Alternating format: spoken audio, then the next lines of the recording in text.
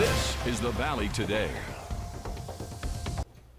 A pro-life group says work starts today to keep Red River Women's Clinic in downtown Fargo from opening a new facility in Moorhead.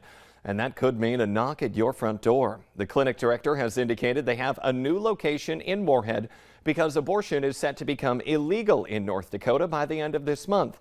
Minnesota State Representative Tom Miller, who is one of the people behind Pro-Life Action Ministries, says while they don't have any legal way to stop them, they are planning to make that move problematic. And we are also going to do grassroots community work. So we are going to be going to people's doors.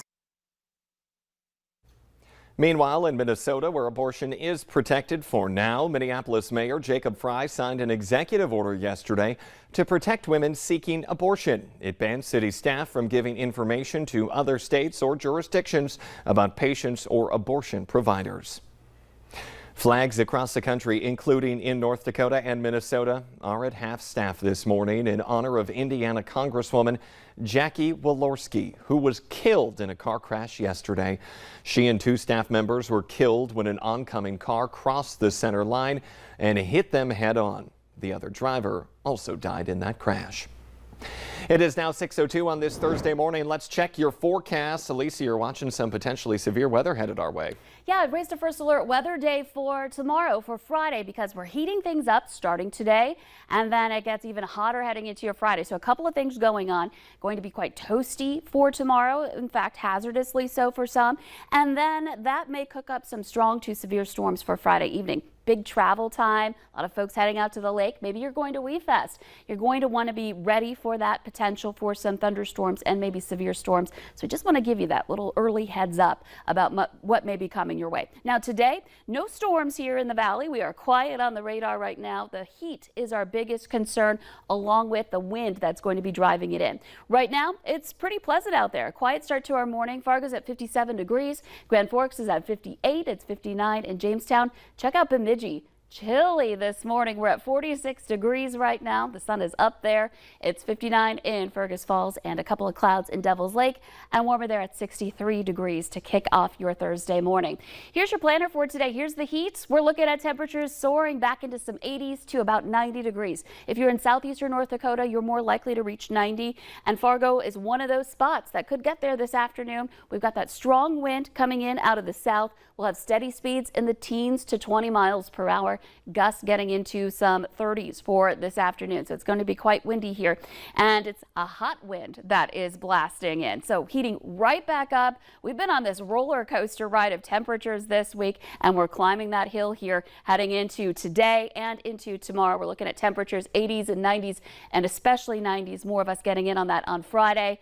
And then it's right back down again to the bottom, and we're going to see some much cooler weather heading into your weekend. So when I come back, we're going to talk about those temperature changes and what will trigger that change from a rise to the cooler temperatures coming up. A cold front on Friday that will again be triggering those storms. Okay, a few things to watch out for here. Lisa, thank you this morning. It is now 6:04. Colleagues are mourning the sudden death of a Minnesota sheriff's deputy who was found dead over the weekend. Ramsey County Deputy Dallas Edderburn didn't return home from his Sunday shift, and while searching the area between the station and his home, officers found him dead inside his vehicle. A preliminary autopsy shows no sign of injury or trauma. Edderburn was seriously hurt last March when his squad car was hit by a stolen vehicle fleeing police. He was able to return to full-duty status after rehab from his injuries. One man is in jail accused in a deadly stabbing in Grand Forks last May. Kindy Jallow is charged with murder and tampering with evidence in the death of 67-year-old Douglas Elgert. Court documents allege that Jallow was at the scene and admitted to investigators that he threw away evidence because he was afraid of getting into trouble.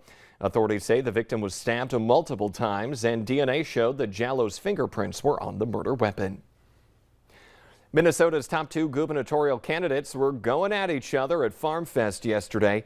Current Democratic Governor Tim Walz and Republican opponent Scott Jensen squared off in their first face-to-face debate of the campaign. Sophia Martinez has that story.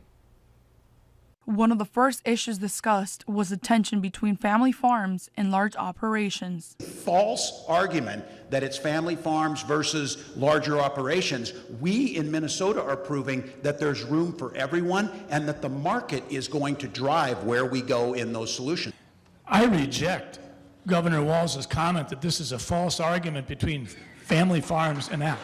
This is not a false argument.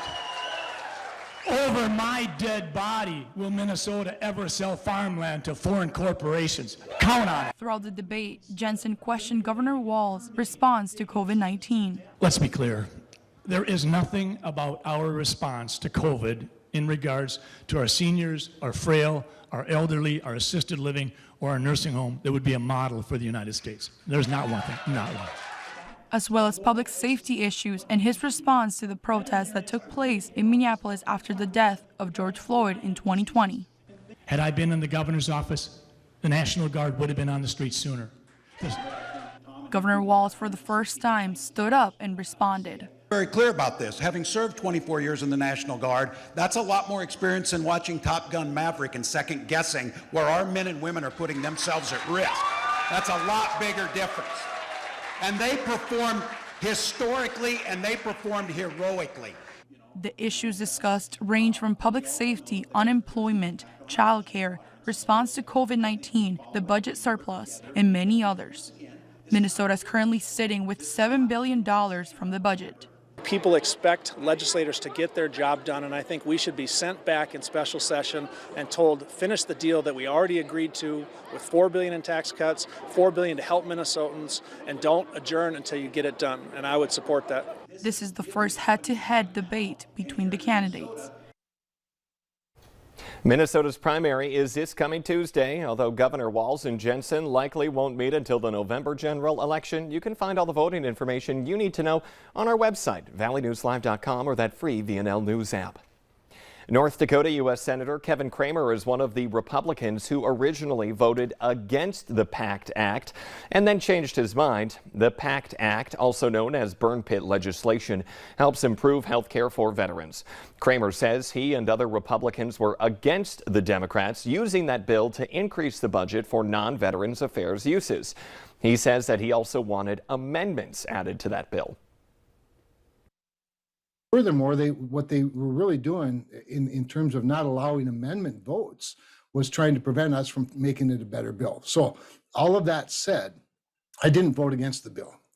What I did vote against was a procedure to move to final passage on the bill without amendments. The bill will now go to the president's desk for his signature.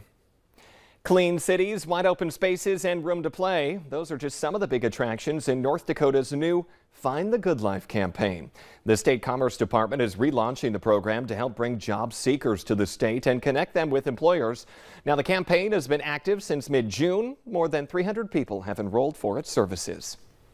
Still to come on the Valley today, we're talking about goats on the job. In Minnesota, one city is sending in the animals to clean out invasive plants.